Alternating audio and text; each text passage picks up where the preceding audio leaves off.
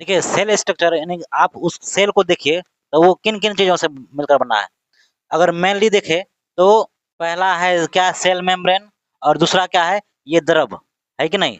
तो सेल किन किन चीजों से बना है, तो पहला बना है सेल मेम्ब्रेन, और दूसरा क्या है, प्रोटोप्लाज्म। ठीक है। सेल मेम्ब्रेन तो आप जाने हैं, इसके अंदर मतलब इसके बाहर के भाग को मेम्ब्रेन ही बोलेंगे, मेम्ब्रेन ही पाया जाता है। लेकिन प्रोटोप्लाज्म में दो चीजें पाई जाती है, क्या क्या पाई जाती है, इसके अंदर द्रव पाया जाता है जिसको हम लोग क्या बोलते हैं, साइटोप्लाज्म बोलते हैं, और दूसरा क्या है, न्यूक्लियस भी है, न्यूक्लियस है।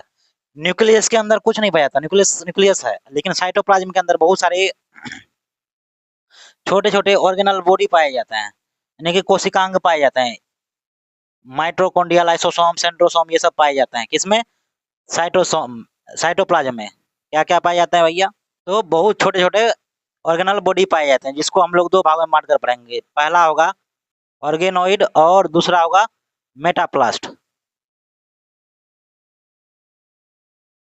इस कोशिका द्रव में बहुत सारे ऐसे ऑर्गेनल बॉडी हैं, यानी कि कोशिकांग हैं, जो सजीव भी हैं और निर्जीव भी हैं। तो जो ऑर्गेनोइड्स होते हैं वो सजीव होते हैं, यानी कि जीवित होते हैं, और जो मेटाप्लास्ट होते हैं वो क्या होते हैं, निर्जीव होते हैं। ठीक है।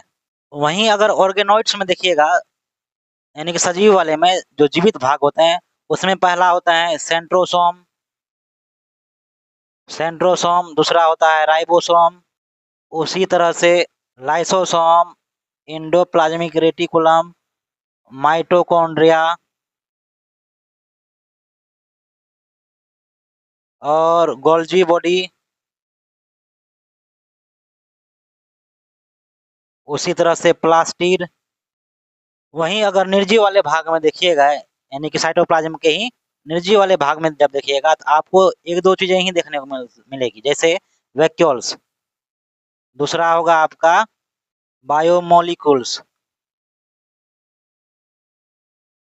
चलिए, आपको समझ में आ गया सेल मेम्ब्रेन। सेल मेम्ब्रेन बोले तो कोशिका झिल्ली, ठीक है, सेल मेम्ब्रेन बोले तो कोशिका झिल्ली, याद रखिएगा। ठीक है।